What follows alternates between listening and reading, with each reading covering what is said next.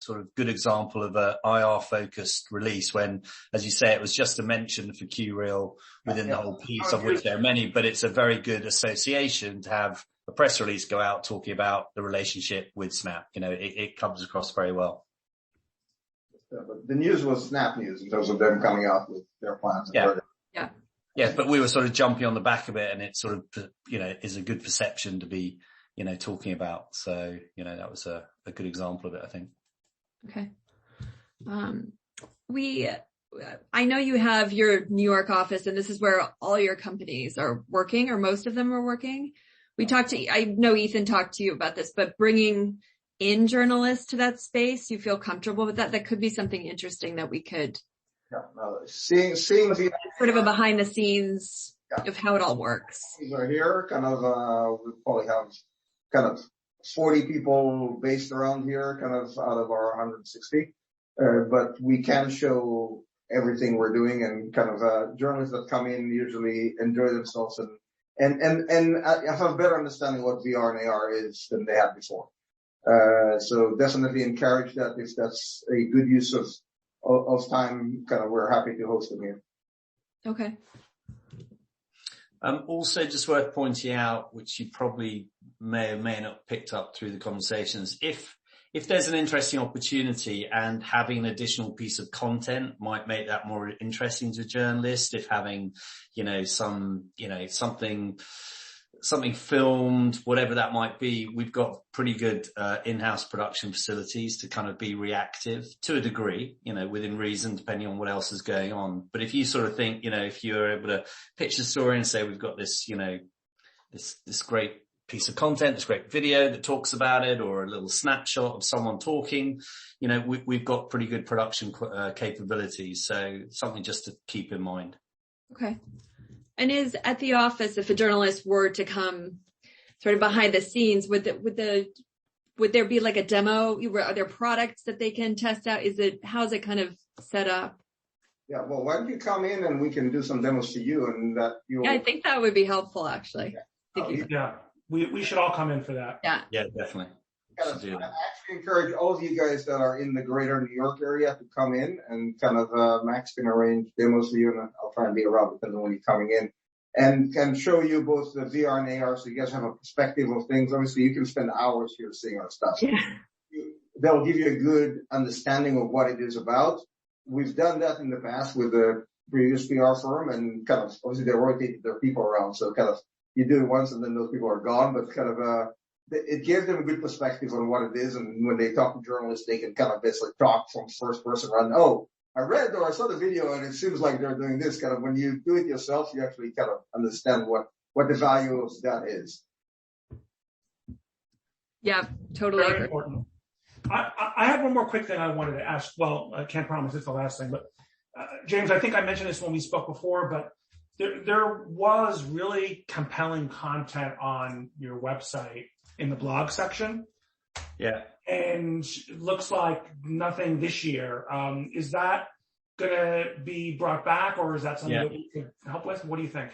Yeah, no, it is. And that's part of my plans. We've got an in-house copywriter who I'm going to be tasking with producing much more regular blog content.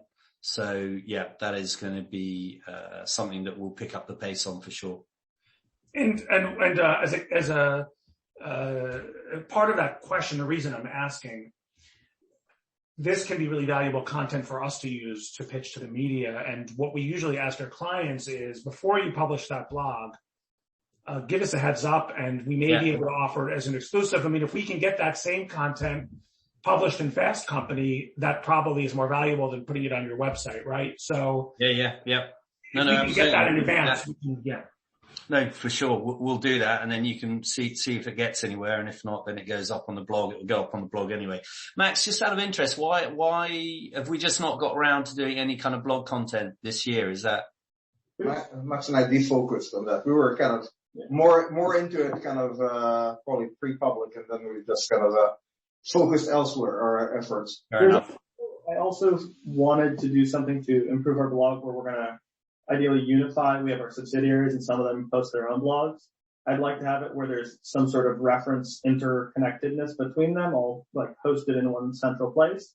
And I kind of have a backlog of a handful of things we can kind of bring together. And once the new site launches, which is something we're working on imminently, and there is like a better looking space for them where we can make the content start flowing pretty quickly, I think. Yeah, we need to. So yeah, there will be lots. And yeah, Ethan, quite right. We'll run it by you first, see if there's an angle. I mean, I've got a classic example. Previous company I worked at, one of the developers put together this quite long document about how to optimize assets for, it was like the first quest. And he was like, I just did this, not really sure it's interesting. And we ended up getting huge amounts of coverage in it. I think it got in TechCrunch or something. It was mad. So that's an example of just something that you just create that actually has legs far beyond, our own channel. So we will keep that in mind. Yeah. And, perfect example of that. There was a flurry of news coverage just today on the Oculus Quest 3. Yeah. You've probably seen that. Yeah. The Cambria. Yeah. Right. And I think there's an opportunity for us to offer a point of view. What do we think? Is this cool? Is this the right direction, or is it? That's definitely something we should be talking about. Yeah. Yeah. So when you have a point of view, whenever you have an opinion, you collectively, it could be anybody on this call, or if it's DJ or somebody else, if you have a strong opinion about something, that could be the basis of, it doesn't have to be a blog, it doesn't have to be a press release, it could be, we could reach out to the media who are covering this and say, hey, we've got a point of view for you. Yeah. And then you're in the article. Yeah. Yep. So we'd love to hear that. And the other part of it is, what are the big trends that are coming up? And some of these have been blog posts in the past. What do people need to know? What's the future of VR and AR? And what are the hot areas to look at? And those can be great thought leadership pieces or just interviews that we can set up. So just let us know kind of what's on your mind, and that's all valuable.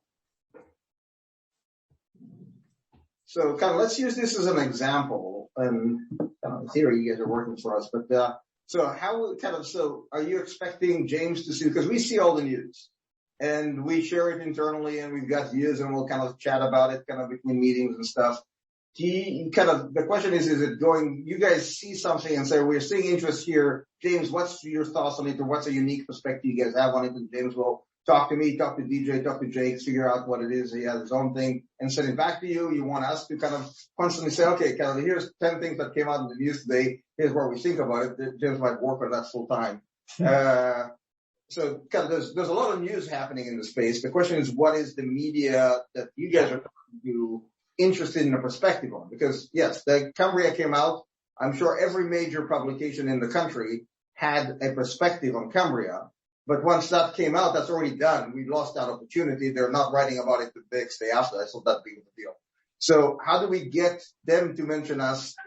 Because they had, in a sense, the news about the Cambria came to them a day before it came out, I assume from Meta. And they kind of basically asked the questions and they found someone to quote. And I'm sure if I put the Cambria on New York Times, there's someone quoted about it. How can we get that person to be me? Obviously, if I write to you after the news out, that's not going to help much for that.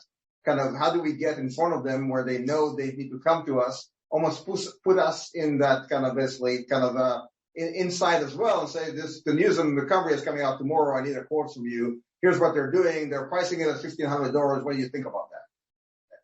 So the way that we address this is what we used to call a Rolodex program, but no one has dating myself by even using that term. But basically, what we do, we do this for a lot of clients, is we'll reach out and say, we have some experts for you. Next time you have hot news, these are the guys to talk to. And here, in your case, Laurent, it would be, here's some other times you've been quoted. Here's when Forbes spoke to you. Here's when Fortune spoke to you. Here, just to establish your credibility. And we say, look, this is a guy who's got some very insightful opinions.